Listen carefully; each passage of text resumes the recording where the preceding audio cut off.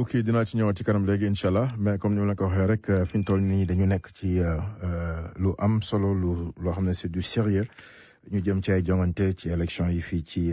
États-Unis d'Amérique rawatina fii ci New York donc dégg ngeen sànq Sister Cordell maa ngi leen ko doon wax ci primaire yi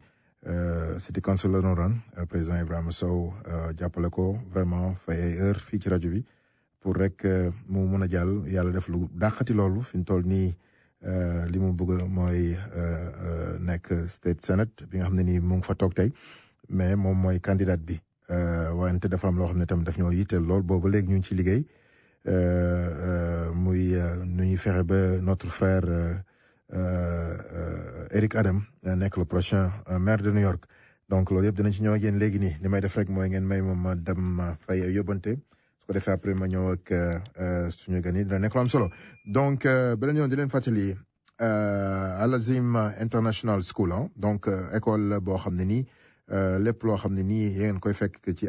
école yi nekk fii ci Amérique da ngeen ko fekk foofa ca Al Azim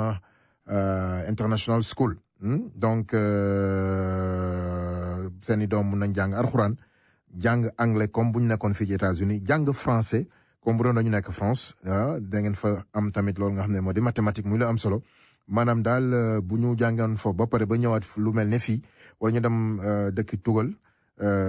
maanaam du nekk loo xam ne nii dañ fay tumaranke du nekk loo xam ne lu bees lay nekk si ñoom maanaam day ñëw rek day yomb si ñoom rawatina alxuraan boobu nga xam ne nii la ñuy jiital seen dënn muy lu am solo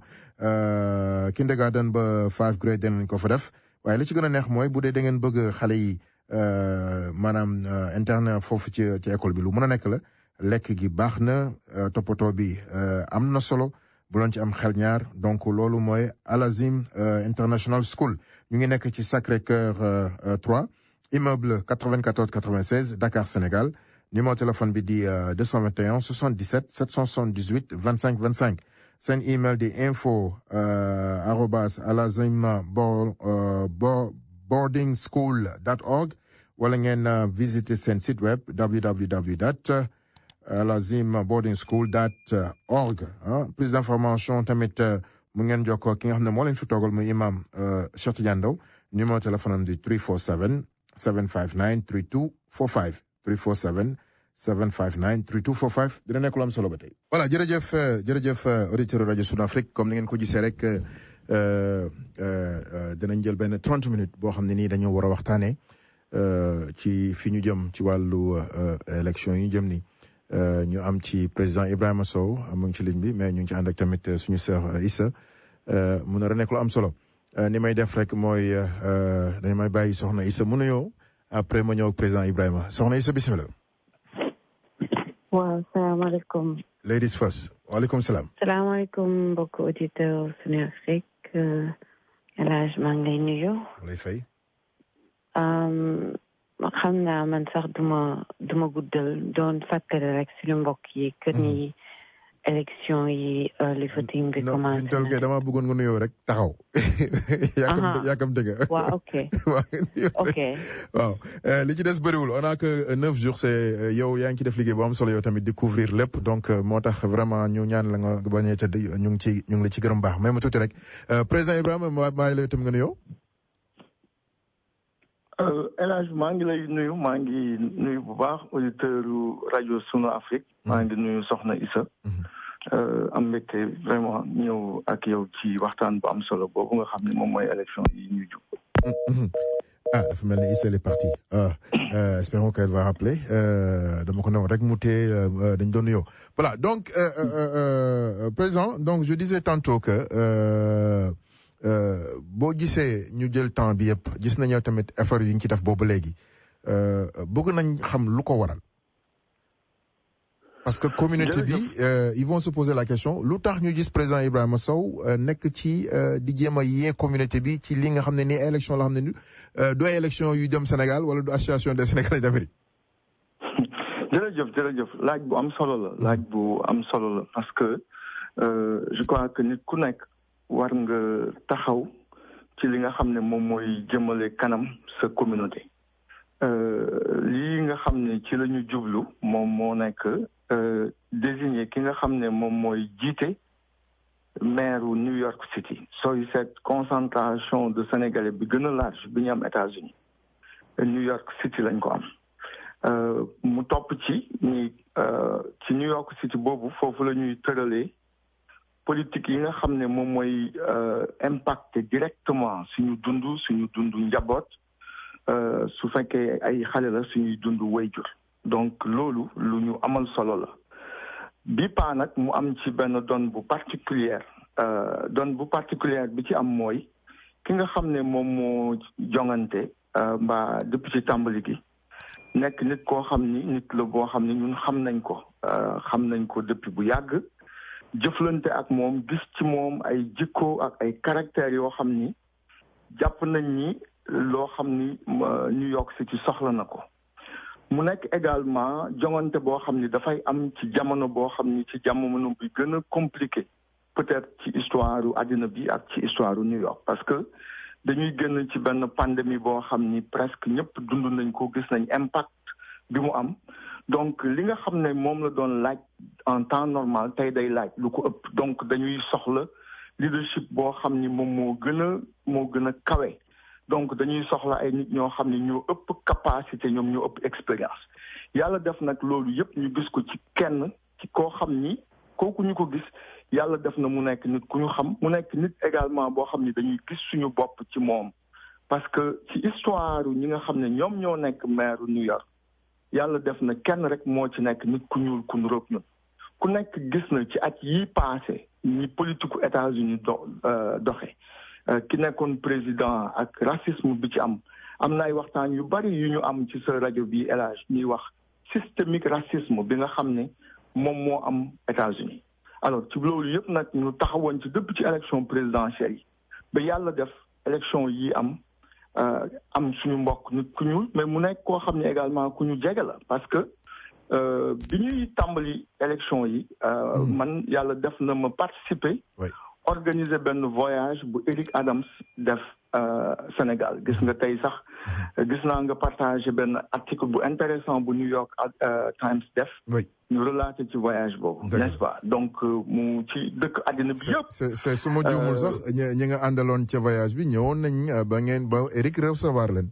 exactement semaine bii passé rek am na ay responsable yu jóge Sénégal ñu dem ànd ñu toog ak moom am ak moom waxtaan bu yaatu donc parce que non seulement dinañu soxla parce que jomb ñu en fait quoi c'est-à-dire que ñu bokk ci ñi nga xam ne ñooy tànn ñi war a jiite dëkk bi mais également suñu agenda war a présent ci fi ñuy waxtaanee mbirum dëkk bi mais également ñu jël en charge problème yi nga xam ne ñoom la ñuy dund fii ci dëkk bi moo xam ci mbirum logement moo xam ci mbirum éducation moo xam ci mbirum sécurité moo xam ci mbirum prospérité moo xam ci mbirum ñu ñuy joxe marché yi mais aussi loolu seet naka la mun a impacter suñu ay réew par exemple naka la ñu mënoon tey suñu demee ba am nit koo xam ni xam nañ koo xamante ak moom mu ràññee Afrique moom ci boppam askane boppam ci Afrique ci Sénégal naka lañ mën a def ba expérience ak expertise bi nga xam ne moom lañ soxla en matière de décentralisation ñu mën ko transposer dans certaines villes de l'Afrique yenn formation yi nga xam ne moom lañ soxla pour jël en charge complexité yi nga xam ne moom la les grandes villes du monde di dund naka lañ mën a def ba anticiper ba dëkk yi nga xam ne ñu ngi ci suñu réew yi soxla genre expertise boobu mën ci bénéficier comme yeneen dëkk yi noonu lañ ci mën a bénéficier donc li tax ñu engagé wu ci lu bari la wax naa ko léegi war nañ ci engagé wu su du woon dara sax voilà ki ñu ci engagé wul di ko soutenir ku ñu xam la koo xam ni xam nañ ni mën na ko def mais surtout koo xam ne également gis nañ ko dans le passé mu taxawu communauté bi parce que bi Amadou Diallo biñ ko feree ci ñu njëkkoon gis ñu ñëw jàppale ñu nekk suñu wet boobu Eric Adams bokkoon na ci dëgg la président léegi nga téye ligne bi rek ma ñëwaat ak yow rapidement maa ngi yore soxna Issa ci ligne bi moom it mu nekk koo xam ne nii ku xarañ la su muy def boobu léegi mu ngi couvrir li xew ci New York ci wàllu politique ak yëpp soxna Issa nan nga jàngatee situation bi nga xam ne nii tey ñu ngi am ku mel ne sister Cordell Claire moom it di wut pour nekkaat mun a toog ci fauteuil bi nga xam ne fa la toog jamono yi muy State Senate ak ki nga xam ne mooy suñu frère di ki nga xam ne ni moo di Eric Adams tey ñu ngi woon ci Bronx bëggoon naa nga ñëw ceeg ñun li nga xam ne ni couvrir nañ ko fa dina nekk lu am solo bisimilah. waaw salaamaaleykum mbokk yi encore une fois mais ñu ku nekk ci seen tur ak seen sant tey nag coalition moo daje au niveau de au niveau du Bronx pour wane seen support Eric Adams comme ni ko Cheikh Moussa Dramé expliqué woon Eric Adams moo ñëwoon ci ñoom January of this year 2021 ñaan leen pour que ñu supporté ko ñoom nag ñu nangu nekk ci liggéey bu tar pour dimbale Eric Adams pour que mu jàll primaire yi yàlla def ni jàll na primaire yi fi mu nekk ni mën nañu wax ni dernière ligne droite bi moo ci des mais nag li ñu bëgg leeral mooy xam nga dañuy wax New York is a progressive city mais damay wax toujours que New York is a progressive city in theory et que dañuy wax toujours ni ay démocrate lañ et cetera mais lu bari ci théorie la parce que boo xoolee ñi yore pouvoir dëgg-dëgg ci ville bi du nit ñi nga xam ne ñoom ñooy majorité bi ñi nga xam ne ñooy black and brown mooy hispanique yi ak nit ñu ñuul ñi donc boo xoolee histoire bi benn maire rek lañ fi am bu doon nit ku ñuul mais Dinkins la te jotul sax am deuxième mandat ci premier mandat boobu bi mu am ci la yem après ci la Giuliani ñëw donc depuis période boobu ak li ñuy wax yëpp New York progressive city même bu dee hispanique yi ak espagnol yi ñoom ñooy plus de 56% de la population nit ñu weex ñi mën naa wax ni 30 et quelque between 30 and 35 la mais boo xoolee pouvoir be kii ñoom ñoo ko yor léegi élection bi dafa am solo parce que defe naa li ñuy jàngat aussi ci dëkk bi d'une manière générale en 2016 et que ñëpp dañu toog seen kër ne de toute façon Hillary dina gagner kenn jëlul woon bëgguma wax sax turam au sérieux ba mu tourné il s'est fait élire donc li may wax rek may ñaan suñu mbokk ñi nga xam ne ay citoyen lañ nga xam ne inscrire ñu que bu ñu xeeb benn vote képp koo xam ne mën nga voter na nga génn nga dem voter Eric Adams parce que mënuñu fi toog ne New York City c'est une démocrate. C'est une ville démocrate et que ñoom ay kii lañ non loolu théorie la boo xoolee ni mbir mi di doxee da nga ragal ne maanaam tubaab yi donte ñoo gën a néew républicain mun nañ gagner li loolu dina doy waar de gëwuma ko de mais xam nga li may bañ aussi mooy qu'on dorme comme li tubaab di wax qu'on dorme sur nos lauriers que voilà que ñu xalaat ni bon jarul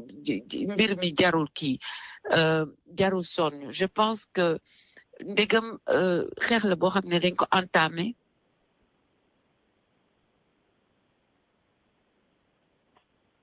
léegi puisque xeex bu ñu entamé la nañ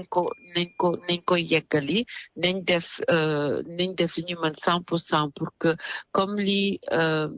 suñu mbokk nigérien bi wax que buy gagné mu gagné avec marge boo xam ne dafay rëy ba nga xam ne duñ fa nekk di xaar ay mail-in ballots ak yooyu parce que xam nga bu ñu defee vote bi am na ñoo xam ne ba tey dañuy voter par mail mais bu dee nombre bi egg na ci yenn kii yi dinañ xam ni même bu ñu comptabiliser mail-in ballots yi war a ñëw sax du moom mooy gagné mu doon lu leer leneen deuxième point bi may wax mooy affaire Cordell nekk na ci communauté bi doon liggéey ak Bill Perkins yàlla def ñu tàggatoo mais ba tey bàyyiwul liggéey bi nga xam ne moo ngi koy def ci biir communauté bi ça fait plus de 20 ans xam nañ ko ci communauté africaine bi moo ngi jàppale nit yi te te bi mu bàyyee te bi mu tàggatoog Bill Perkins li mu doon def kenn fayu ko li mu doon def yëpp volontariat la c'est vrai que ren pour City Council yàlla def na ni du moom moo gagné primaries bi mais xam nga li ñuy wax rek parfois di nga bëgg dara yàlla ndekete dencal na la leneen lu gën ba fi mu nekk ni Brian Benjamin mi nga xam ne moom moo nekkoon state senator districteur yi mooy districteur bi ñu nekk fii ci Harlem yàlla def na ni moom mooy lieutenant governor bi léegi place bi mu nekkoon léegi ñu koy uta remplaçant démocrate yi nominé Cordell Clear pour que mu remplacer Brian Benjamin léegi tamit comme li ma wax rek ci Eric Adams il faut que ñu génn il faut que ñu voter pour que ñu permettre ko mu mën a jël site boobu te loolu sax c'est loo xam ne lu temporaire la parce que léegi réélection pour Sénat kii waat waaw waaw mu waraat defaat campagne donc vraiment nañ ko delloo njukkal won ko ni ñun communauté sénégalaise bi li mu doon def année yi yëpp di impliqué wu ci suñu communauté sonn ci ba torop nañ ko won ni que ñun loolu gis nañ ko te loolu moo tax ñu jël temps bàyyi li ñuy def dem votel ko comme ça mu mën a remplacer lieutenant governor bi donc loolu daal laa bëggoon wax suñu mbokk yi tey et que maa ngi leen di souhaiter fu ñu mën a fekkee li nga jël tey fan lañ ko mën a fekk am na ay information yu ma cherché ci africainharlem.nyc au sujet du vote pour suñu mbokk yi nga xam ne dañu bëgg a xam fan la ñuy voté nañu xam ne tamit early voting fi ngay voté pour early voting mën naa bañ a doon same poll bi donc c'est très important que mën nga dem ci website bi boo cliquer link bi boo defee sa adresse dina la wax exactement fan ngay voté mooy benn doo joxe numéro sëñ Babacar comme ça bu gars yi bëggee woote pour information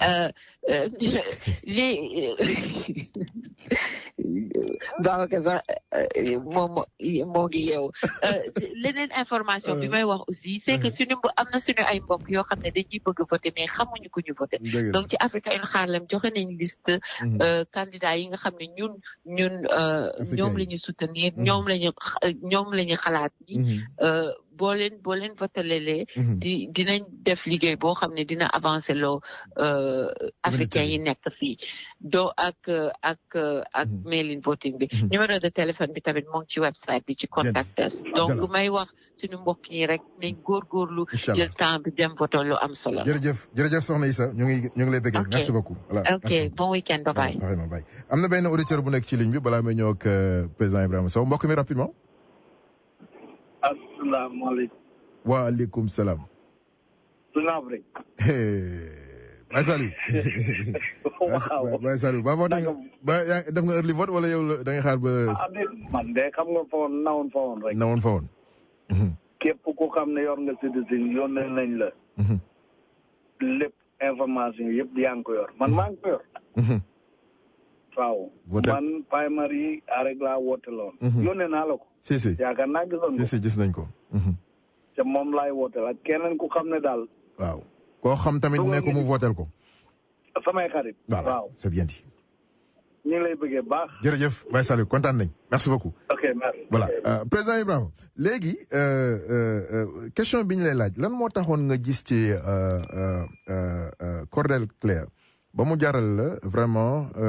nga jël rajo fay ko pour vraiment communauté bi jàppale ko. waaw parce que Cordell dafa jël boppam askane ko Sénégal donc depuis lu yàgg en fait moom ci boppam wax na ko nee na même ci famille am na ay Sénégalais parce que dëgg la am na sërëm boo xam ni kenn ci ñun lay sëyal mais yemul ci loolu rek dafa jël combat yi nga xam ne dafa nekk combat yi nga xam ne politique africain yëpp mu jiitu ci lépp lu mu gis mu am njëriñ lu war a ñëw ci communauté yi mu xëcc ko ci indi ko ci communauté sénégalaise bi dëkk ak ñun lu ñu xewle mu ñëw ci lu ñu taxaw ñu gis ko ci donc nit ku mel noonu te ñun loolu la ñu xamee soo ñu jiwee teraanga rek dañ lay delloo teraanga bu gën a bëri boobu alors donc engagement boobu mu wane ci communauté sénégalaise bi gisuñu ko ci benn homme ou femme politique te daf ko def de manière désintéressée alors donc moom moo tax bi mu demee ba taxaw pour bëgg di laaj pour nekk city council member ñu gisoon ni moom tam dañ ko waroon a taxaw bon Bill Perkins tamit histoire bu mel noonu la ñu amoon ak moom mais biñ demee ba ci biir ñu gis ni peut-être Cordell ak du point de vue de l'âge ak yooyu moom moo ko gën moom mënoon gën def liggéey boobu donc loolu moo taxoon pour le principe ñu jàppale ko quoi yàlla def na effectivement nekkul gañewul woon combat boobu mais ñun liñ ci jublu woon rek mooy mu xam ni mu soxlaa gis na ay sénégalais ci wetam alors yàlla def également comme ni ko yàlla def fi mu toll ñu nominé ko pour mu nekk state senator bon loolu tam vraiment ñu ngi ñaan nit ñi ñu mottali yéene boobu ñu amoon pour moom ñu dem voteel ko mu xam ni sénégalais yi ñu ngi ci gannaawam ba léegi ak africains yi certainement su demee ci poste boobu dinañu fa toogal dinañu fa taxawal dina représenter suñu communauté voilà kooku mooy Cordell Clear pour nit ñi xam ko Cordell Clear mooy toogal démocrate yi ci State Senate donc ñu votel ko wax na ko sànq président tamit bëgg naa la laaj dafa am Cordell daf ko wax sànq ne vraiment na nit ñi jàpp ci raise fund c'est ñun la communauté africaine on n'est pas trop habitué à part les Nigérians di raise ay fan mu wane ne njëriñ bi nga xam ne nii baax na pour nit ñi di joxe xaalis ma bëggoon nga gën ko leeral puisque yow ci communauté leader nga bokk ci communauté africaine bi rawatina communauté sénégalaise bi pour gars yi xam lan mooy lu tax américains yi di raise fund pour les politiciens buñ nekkee ci campagne. oui loolu du loo xam ni peut-être suñ ko waxee dañ koy jàngal kenn ñun ñëpp ñu ngi fii la ñuy dund. donc mais damaa gis ne ñun dafuñu ko booy laaj sax nit mu xaw la mere loo may laajee xaalis moo tax il faut ñu xamal leen quoi. dëkk bi di doxe et de ce point de vue absolument li nga wax noonu la homme politique yi dañuy soxla xaalis bu bari suñuy dem ci campagne électorale yi te campagne boobu ci mbooloo yi lañ koy jëlee donc ci loolu également ci la ñuy former seen agenda parce que homme politique bu ci nekk ñaar lay bàyyi xel mooy ñan ñoo koy dimbali ci alal su demee di defi campagne ak également ñan ñoo koy votel alors à la limite sax ñan ñoo koy dimbali ci am alal bi muy defee politique mën nañu ëpp solo alors ñun nag malheureusement amuñu culture boobu parce que dañu calqué voilà amuñu culture boobu moom laa doon wër culture boobu nag voilà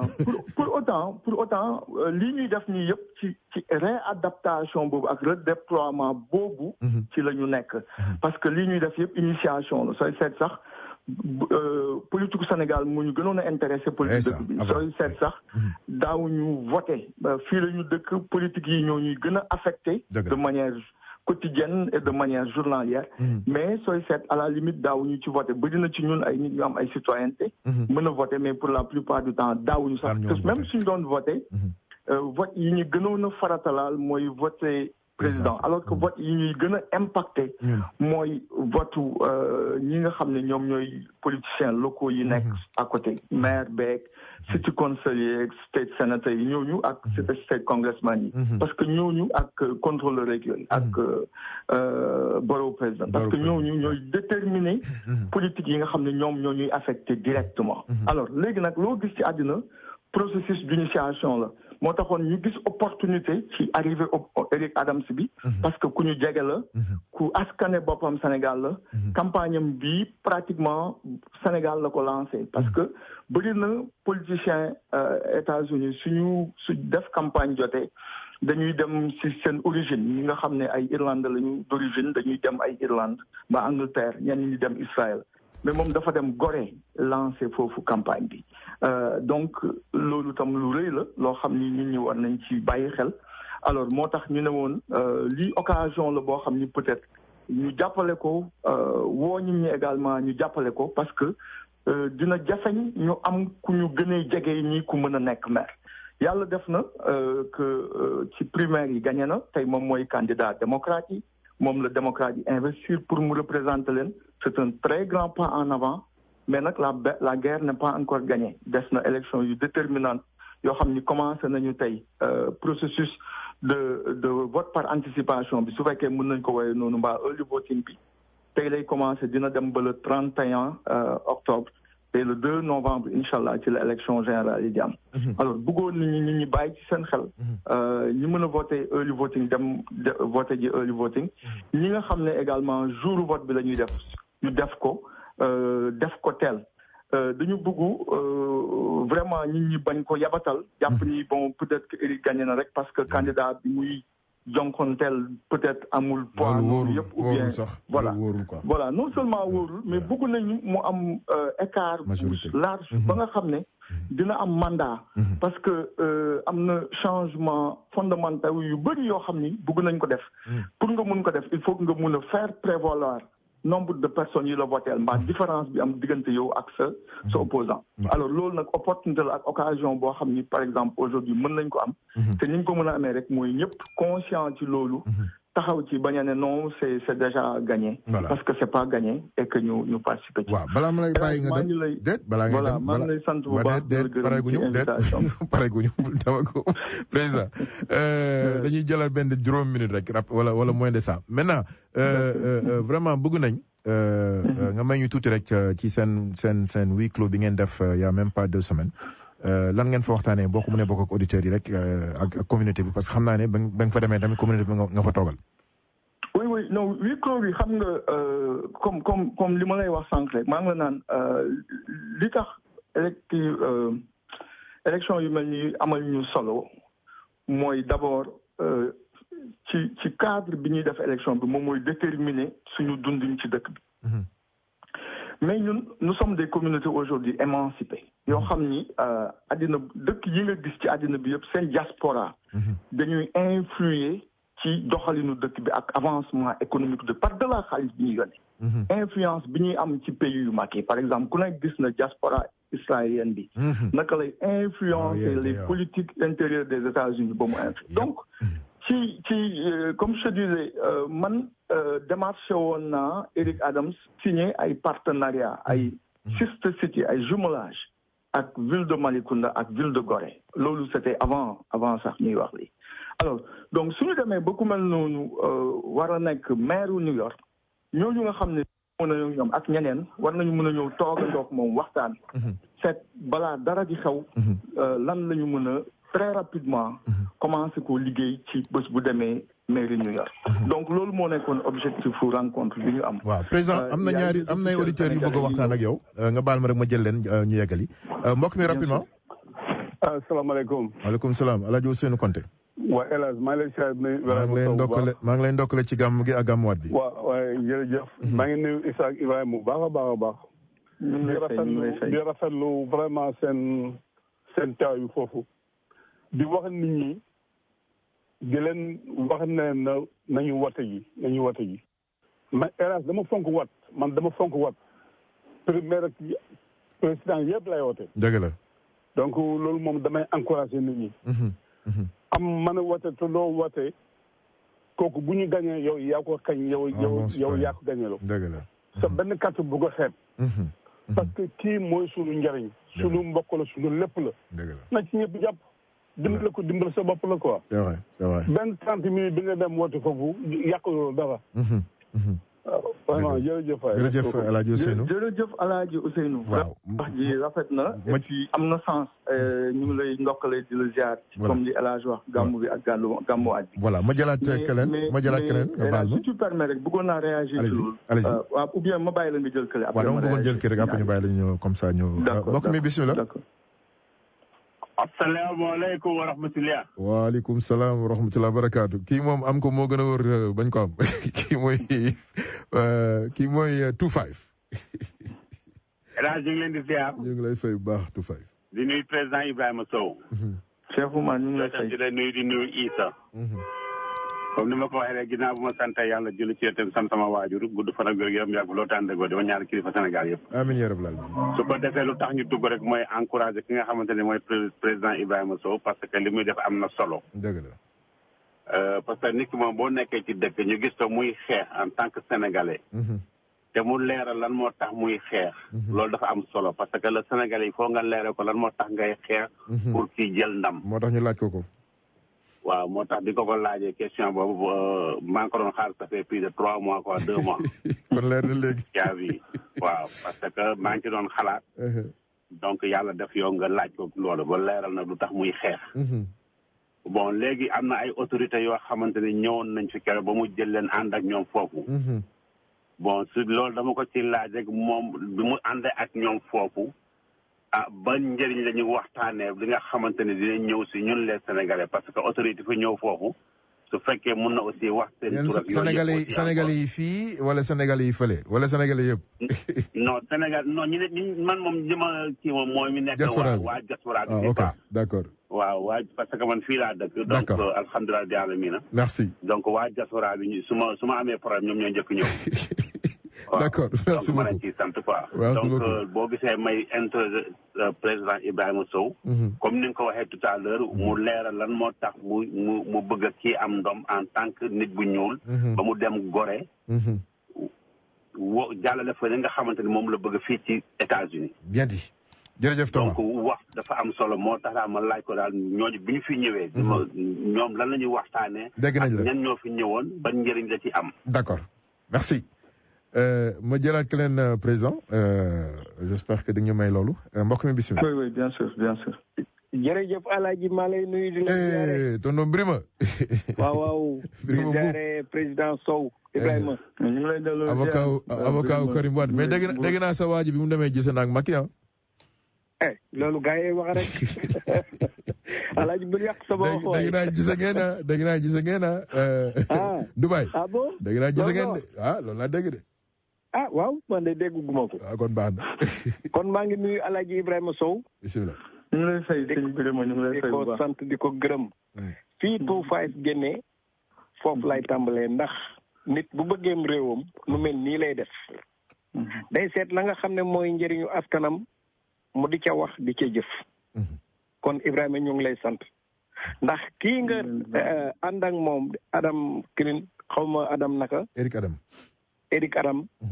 man xaw ma ko waaye xam naa ne mas naa faa ànd ak Ablaye Thiam benn bés mu ne ma kaay gunge ma ak benn marabu.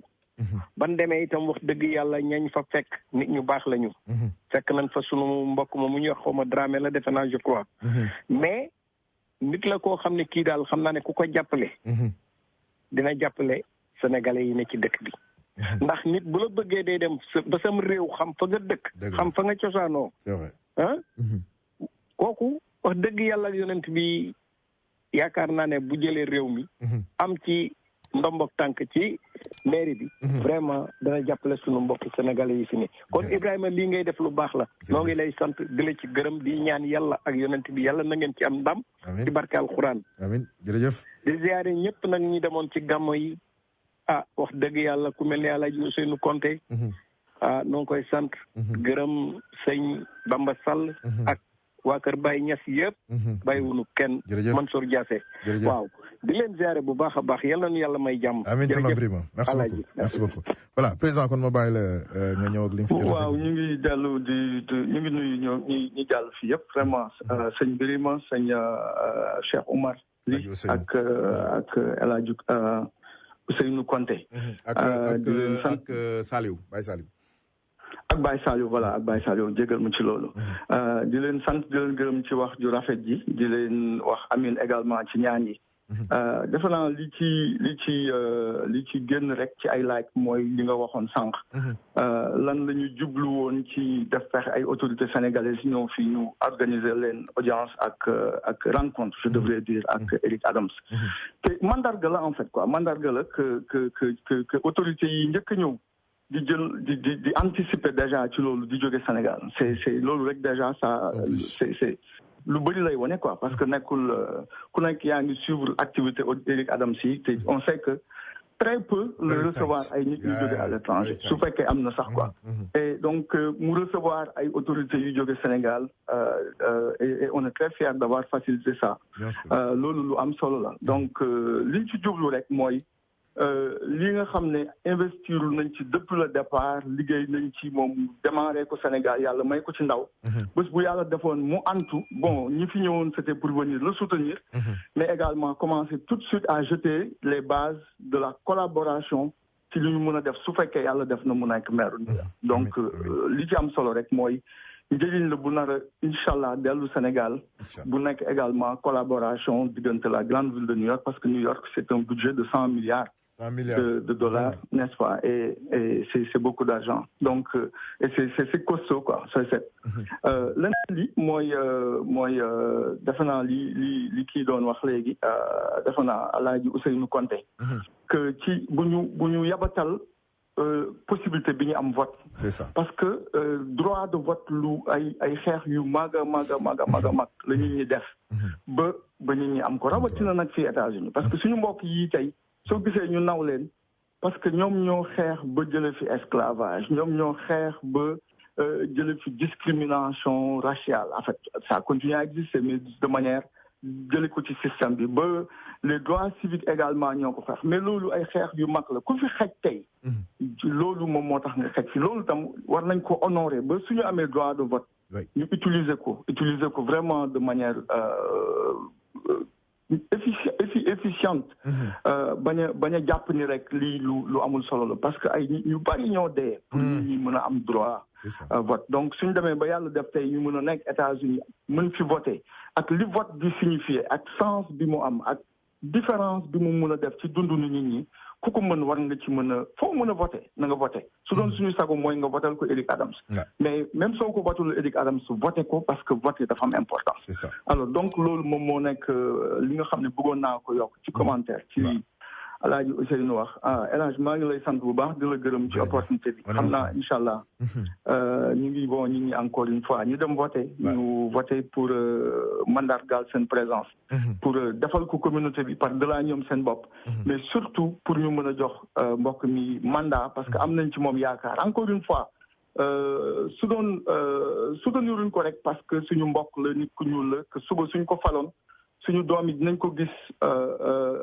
mu nekk maire New York ñu ne ñun tam kon mën nañ ko nekk comme ni ñu defoon Obama du loolu rek en fait mais dañ koy jàppale parce que dañu gis ci moom qualification bi gis ci moom expérience bi gis ci moom expertise bi gis ko mu pratiquer ko à travers poste yu mu occupé yëpp gis ko également bi ñu soxlaa mu nekk suñu wet maa ngi la koy wax léegi yàgg na boobu mais biñ ci boomee suñu mbokk Amadou Diallo ci ñu njëkkoon ñëw nekk suñu wet ci la bokkoon donc moom du tey lañ ko xamal te man am naa expérience ak moom lu yàgg à Brooklyn bi ñu nekkee foofu ensemble donc loolu moom moo nekk woote bi mooy kii bi di la sant bu baax également yow ci sa engagement ak sa taxawaay vraiment bi liy jógee ba léegi yaa ngi ci taxaw ci di ci sensibiliser communauté bi encore une fois liñ ci jublu rek mooy jàpp nañu lu baax la pour communauté africaine bi ak sénégalaise bi ñu koy xëcc di ko indi suñu communauté parce que loolu moom moo nekk suñu warugar tey fi ñu toll merci beaucoup El Hadj maa ngi lay sant di la gërëm di sant mbokk yi di leen gërëm ci déglu bi di leen ñaanal fanaanu jàmm merci jërëjëf merci beaucoup voilà kooku mooy président Ibrahima Sow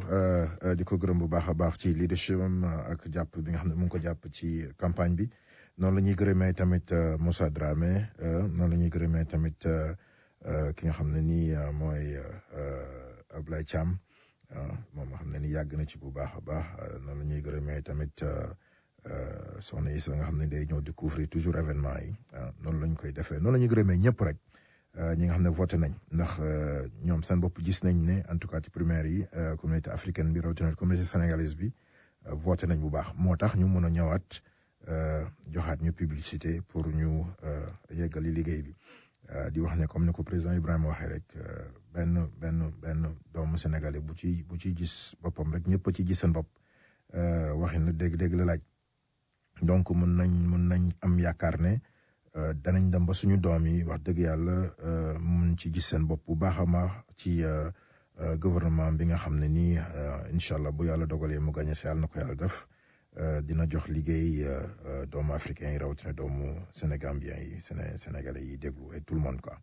am nañ ci moom yaakaar bu baax a baax waaw donc yàlla dogal na nag ñun bu ñuy dem ci dara dañ ciy dem ba jeex takk waaw wala buñ ci demul ñu génn ci ba set ci wecc waaw mais li ñu mën a seetlu président wax na ko sànq bu dee ñun ñële waa fële faale wuñu waxin la dégg-dégg la laaj ndax ku nekk xam ne réewu Afrique yi am na ci réew yoo xam ne sax duñu nangu seen diaspora yi di voter waaw léegi bu dee yow daanaka cër biñ la war a jox joxuñu la ko carrément boo demee vacances ñu ngi yàkkamti loo xam yow saa yi ka nga ñibbi waaw léegi nga toog fii ci dëkk bi xamoo kañ nga ñibbi ndax jaam damam la xamu ñibbeem nga toog fii ne passeport biñ la jox citizenship bi passeport bi soxla woo ko woon ci ay jamono leneen lu dul tukki ba takk ci jabar wutal ko kayit mu ñëw ba indi say doom ñu ngi sant yàlla ba nga xam ne nit ñi léegi seen xel xam nañ ne yamatul ci foofu ñu ngi voté bu yàgg ba président yi rek lañ doon voté loolu président Ibrahima Sow doon leer léegi gis nañ comme ni ko laaj sunu konti waxee yu mel ne jongante yi mairie bi ak state senate ak yu demee noonu borough président ca Bronx tamit am na suñu benn jigéen xam naa du ñàkk semaine prochaine dinañ ko am dañ ko jàppale pour suñu mbokk yi nekk Bronx mun a bu demee ba toog moom tamit jigéen la mun a xool nu mu leen mën a dimbalee ku bëgg Sénégal la daje naag moom ci SMS consulting bi suñu frère sëñ Jacob doon def donc nañ jàppale ñi jàppale mais li malheureux moo doon ñun bokkuñu fële bokkuñu fii waaw nañ bokk fenn bokk au moins fële moom dañ cee bokk par force Afrique kenn duñ ci ëppale xanaa yàlla def lu ko neex mais kenn mënuñu ci dindi ñun ñëpp nag mais fii nga xam ne nii dañuy fay impôt fii nga xam ne nii fii la ñuy joxee suñu ndaw jox man Amérique par exemple ma waxin la dégg-dégg la laaj sama doole lépp laa ko jox waxin la c'est bëri naa ci morom parce que koo xam ne bi nga fiy ñëw tu avais peut-être quoi 17 years old nga gis yenn suñu papa yoo xam ne ni fi ñu toll nii bi ñuy am kattan lañ ñëw ci dëkk bi macha allah tey di yàlla xam doy na macha allah donc ñooñu Amérique daf leen amal njukkal mais Amérique xamul ku ko xamul moom tëjul ay buntam li muy laaj yomb na bu mbir yu mel ni amee yëngatu leen ci maa ngi gërëm Dramé au moins il a osé à un moment pour run for office Dramé bi ngeen a gis ne tey ci association bi man dama bëgg koo xam ne da ngay gëm sa bopp maa ngi ñaan yàlla bés tey comme ni ko espagnol yi defee ak ñeneen xeet yi ñu gis ay africains yu bëri mun a gëm seen bopp mun a dem c'est pas parce que dem nga voté gagné woo wala dem nga élection gagné woo que c'est la fin du monde c'est pas la fin du monde et tu continues dina am sa rakk bu ñëw moom bu ñëwee teg candidature am xëy na dina gagné su boobaa yow lay dooleel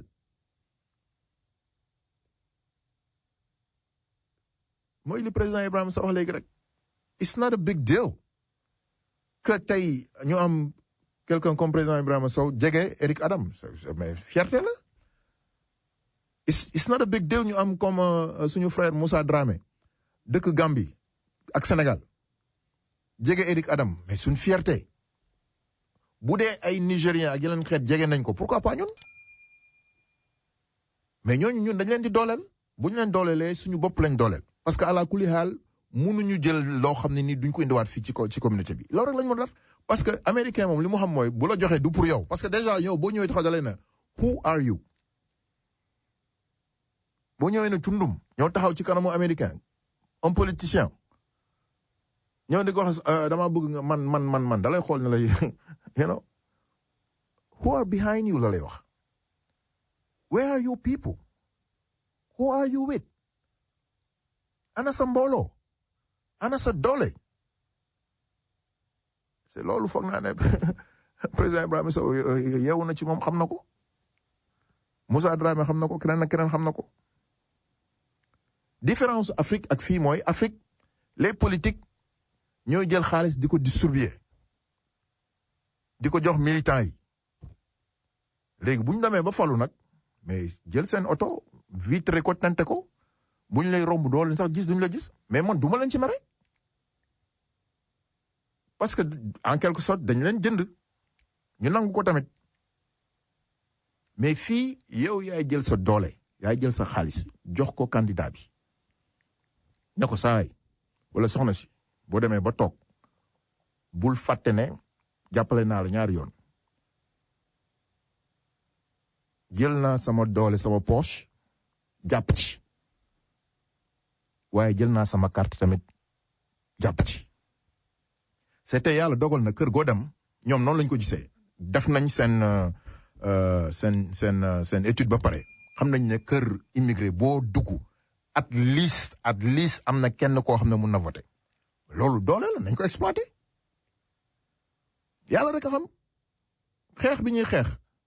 ndeysaan dem si yàlla Alioune Samb li mu ñu xeexal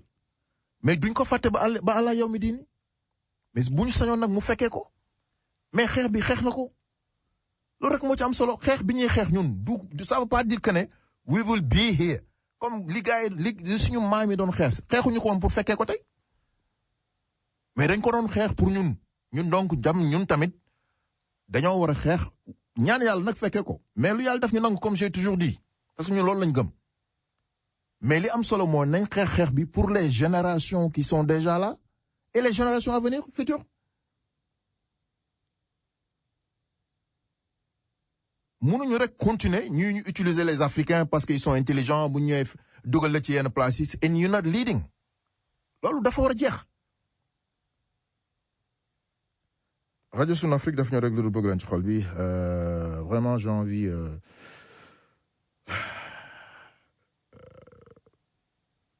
Youssou Ndour dafa ne bukki non aka neexoon ñu mën a wane seen bopp te léeg-léeg sax da nga leen di xàmmee bu baax mais da ngay bës rek mais nu mu amee bukki yu góor nag noonu la amee bukki jigéen xam nga ne man waxuma ko yéen a gën a